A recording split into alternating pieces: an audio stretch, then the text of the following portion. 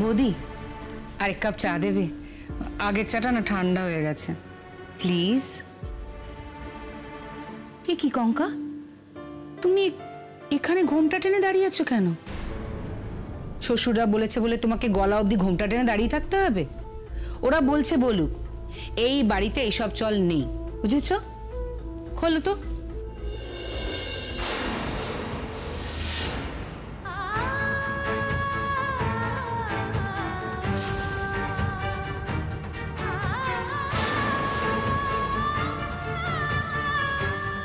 কঙ্কা,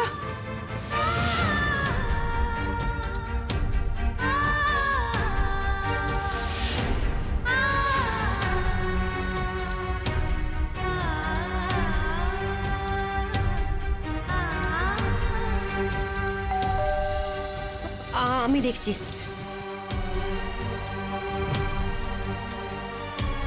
বড় বৌদি, অর্জুনকে পুলিশে ধরলে কিন্তু অবাক হওয়ার কিচ্ছু থাকবে না।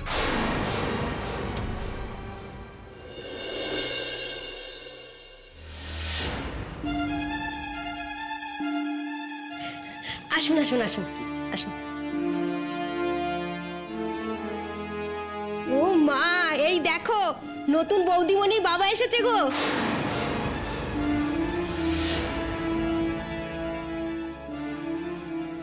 মানেটা কি? সকাল সকাল করে চায়ের টেবিলে এসে হাজির? কঙ্কা, কঙ্কা তোমার বাবা এসেছেন? তুমি কি ওনাকে কিছু? না। তাহলে উনি এত সকালে কেন এসেছেন কঙ্কা? একে বলে মরার উপর খাড়ার খাপ। এখন কঙ্কা এরকম ভাবে ও বাবার সামনে যাবে কি করে? আমি বিআই মশাইকে বসাতে যাচ্ছি, তুই এসো কঙ্কা।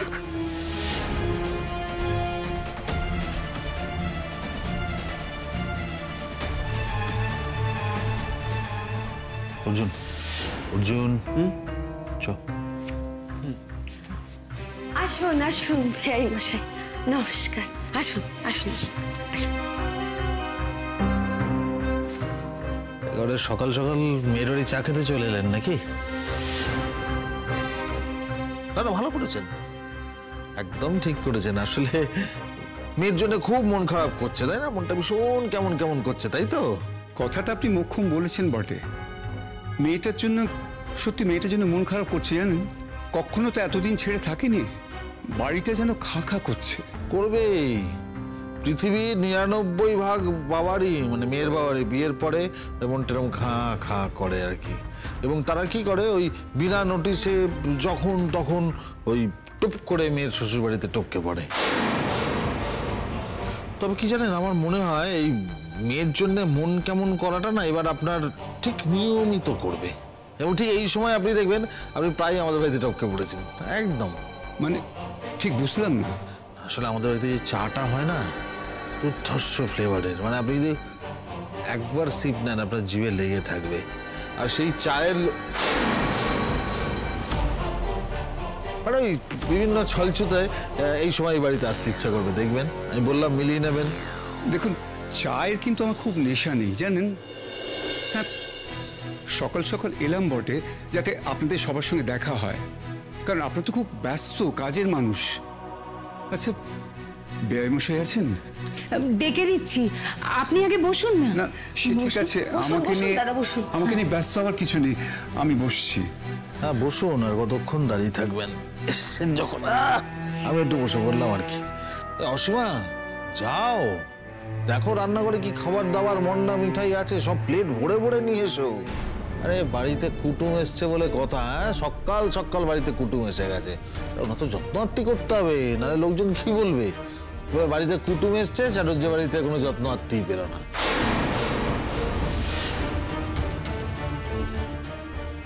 কি হলো, তোমায় যেতে বললাম না? দাঁড়িয়ে আছো কেন? যাও। তুই এত ভাবিস না ছোটদা, কুটুম মানুষ তো, আমরা ঠিক যত্ন করে নেব, তুই এত চিন্তা করিস না।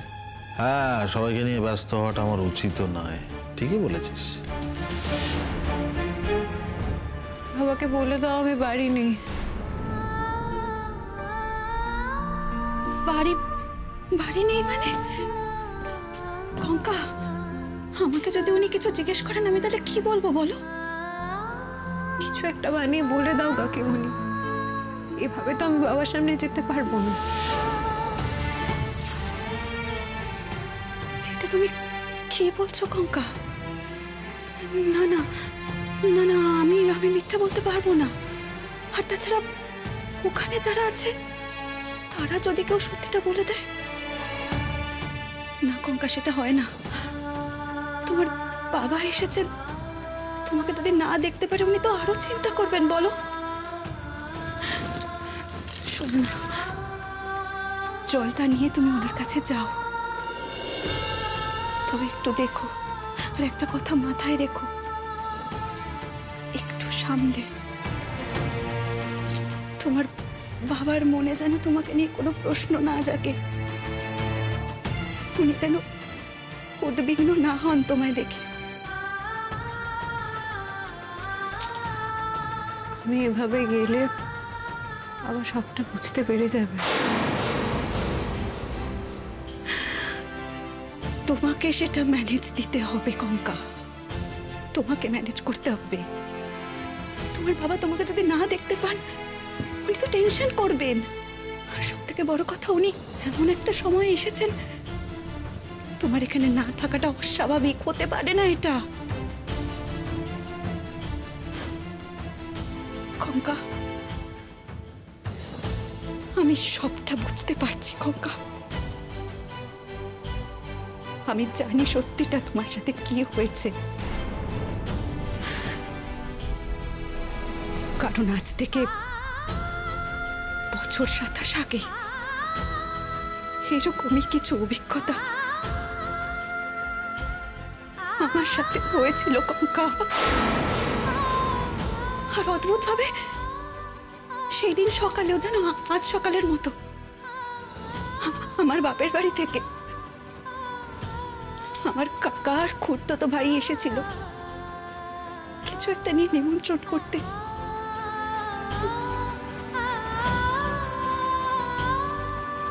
আমি কিন্তু ওদের কিচ্ছু বুঝতে দিইনি, ওরা কিচ্ছু বুঝতে পারেনি কঙ্কা। কঙ্কা, সংসার করতে গেলে অনেক কিছু মেনে নিতে হয়েছে, জোর করে মেনে নিতে হয়েছে, আস্তে আস্তে একটু একটু করে সবটা ঠিক হয়েছে। অনেক কিছু মানিয়ে নিতে হয় রে মা, নয়তো যে সংসারটাই আর টেকে না। সংসার টেকানোর কোনো দায় আমার নেই কাকিমণি। অমন বলে না রে মা, লক্ষ্মী মেয়ে, আমার সোনা মেয়ে। তারা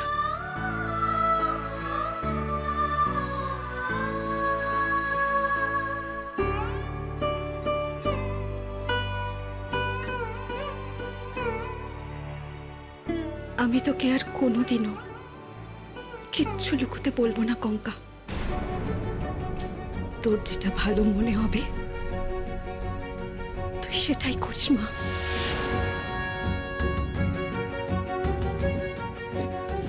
আমি চাটা বসাই? বসা।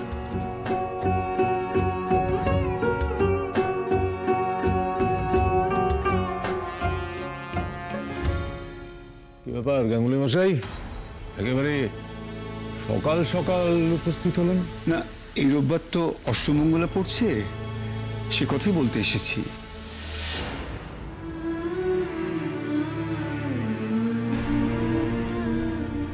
এটাই নিয়ম, একবার এসে নেমন্তন্ন করে দিয়ে যেতে হয়।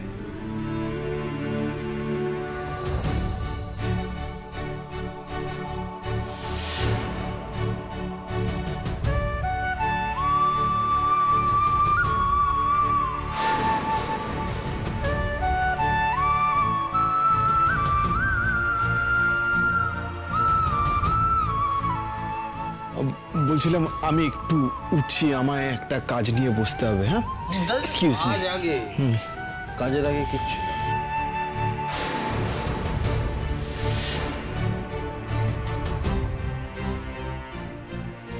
কেমন আছো বাবা? ভালো আছে রে মা, ভালো। তোদের এই অষ্টমঙ্গলের কথা বলতে এসেছি।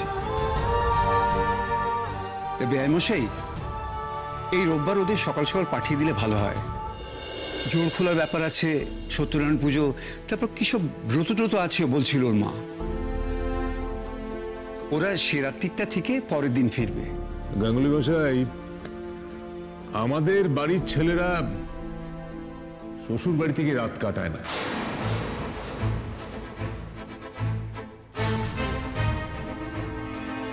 হ্যাঁ, বুঝতে পারছি নিয়ম কানুন আছে, মঙ্গল অমঙ্গলের ব্যাপার আছে। যাবে, অর্জুন যাবে নিজের সুবিধা মতো, কিন্তু আপনার মেয়েকে নিয়ে রাতেও ফিরে আসবে। দাদা,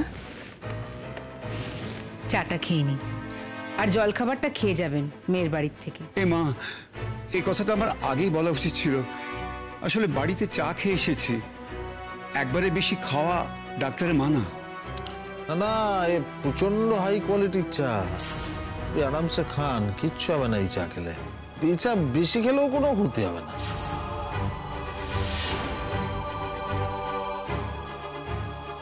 না, সেটা বুঝতেই পারছি, কিন্তু না না, নিন, খেয়ে নিন, খেয়ে নিন, ভালো চা। আপনি যদি না খান চাটা নষ্ট হবে, ফেলে দিতে হবে, খেয়ে নিন। আমাকে ক্ষমা করবেন বেয়ামশাই, আজ আমি উঠি। অর্জুন বাবা জীবনের সুবিধা মতো আসবে, চলি।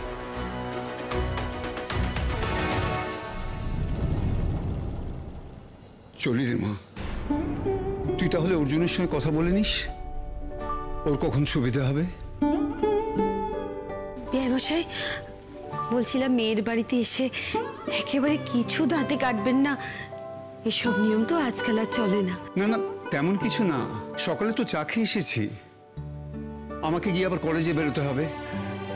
তাহলে আসি বেয়ামশাই। কঙ্কামা,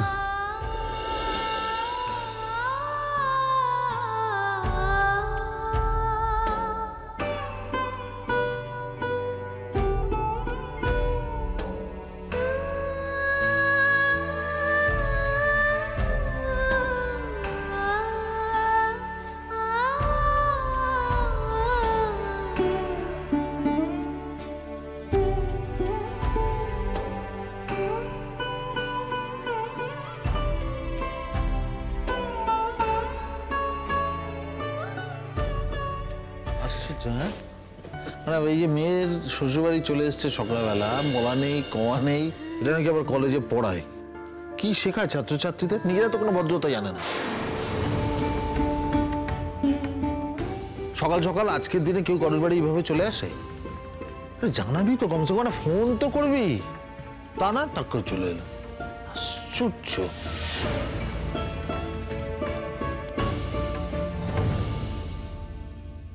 কঙ্কাবতী, একটা কথা আমায় বারবার যেন তাড়া করছে, জানো?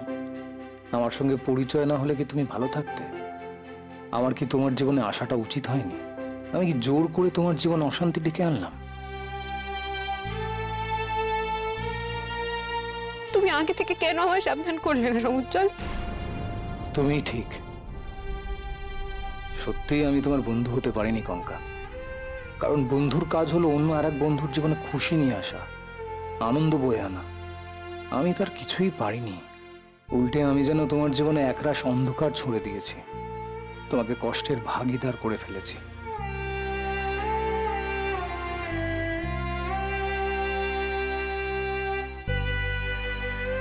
কঙ্কা, বিশ্বাস করো, আমি এটা চাইনি। আমি তোমার জন্য এক মুঠো আনন্দই বয়ে নিয়ে যেতে চেয়েছিলাম। মন্ত্রমুগ্ধের মতো আমি যখন তোমার দিকে এগিয়ে গেছি, ভাবিনি তোমায় এত তাড়াতাড়ি হারিয়ে ফেলব। আমার তো সুদূরতম কল্পনাতেও ছিল না যে তুমি সে যার সঙ্গে অর্জুনের বিয়ে ঠিক হচ্ছে। তুমি এটাও ঠিক বলেছ কঙ্কা, আমি খুব বোকা। আজকের যুগে আমি সত্যিই হয়তো অচল কঙ্কা। তুমি আমাকে বলেছ তোমাকে ছেলে পক্ষ দেখতে আসবে, এদিকে অর্জুনও মেয়ে দেখতে গেছে। দুটোই আমি জেনেছি, কিন্তু আমি কেন জানি না দুটো দিককে মেলাতে পারিনি। একবারও মনে হয়নি আমার অজান্তেই তোমাদের দুজনের পথ একে অপরকে পার করে গেছে। নাকি আমি আসলে জানতাম, অবচেতনে জানতাম। আমি হয়তো সবটাই মিলিয়েছিলাম মনের গভীরে, শুধু সেটা মানতে পারিনি। তাই হয়তো না জানার ভান করেছিলাম। হয়তো নিজের সাথেও ছলনার একটা অদ্ভুত খেলা খেলছিলাম আমি। বিশ্বাস করো কঙ্কা, আমি এটা জানতাম না সেই ছলনার খেলা তোমায় ভেতর থেকে এইভাবে ক্ষতবিক্ষত করে দেবে, তোমায় এতটা কষ্ট দেবে, কাঁদাবে।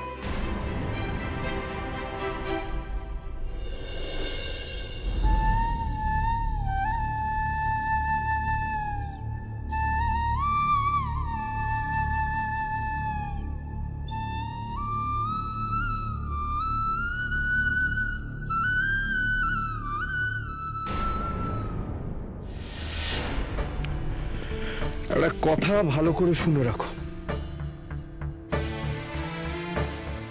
কি হলো?